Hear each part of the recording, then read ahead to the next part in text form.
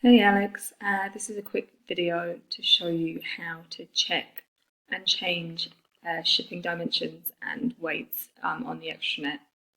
And just to recap on the importance of ship dims, they are used to calculate ship costs. So if the ship dimensions are incorrect or if they're too high, then the pricing algorithm will read this as a product being a very large product, and then we'll calculate it as very expensive to ship, and then embed that cost into the sales price, causing a huge price increase. So it's really important that all the shipping dimensions and weights are accurate and correct and inputted into the system in the correct way to avoid this happening. So in order to check, go to products here and then shipping dimensions.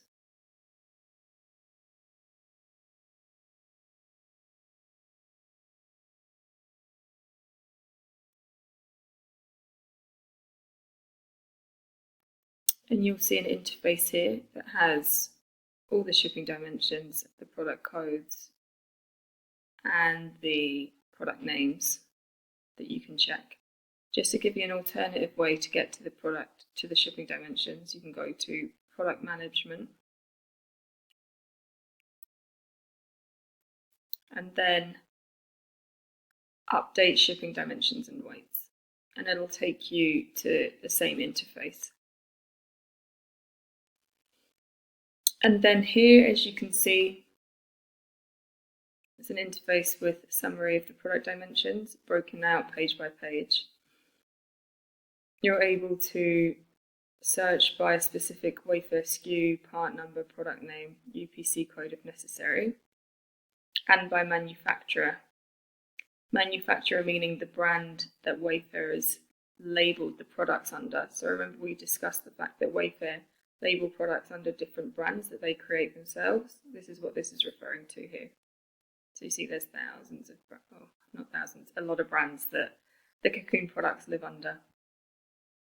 So there are two ways that you can update shipping dimensions. You can either do it directly here.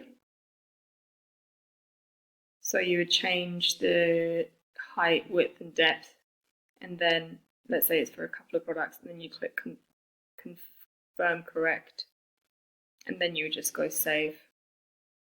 Or if you wanted to update a few of them, like a lot of them, then you're able to click export, and then a Excel CSV file will be exported, as you'll see in a minute.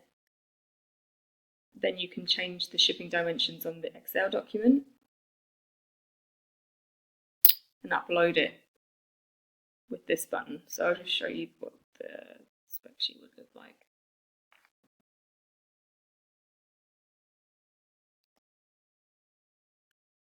So you would just directly alter these 3 columns, or these 4 columns if the shipping weight's different. Save it, and then upload it directly into the extranet again via here.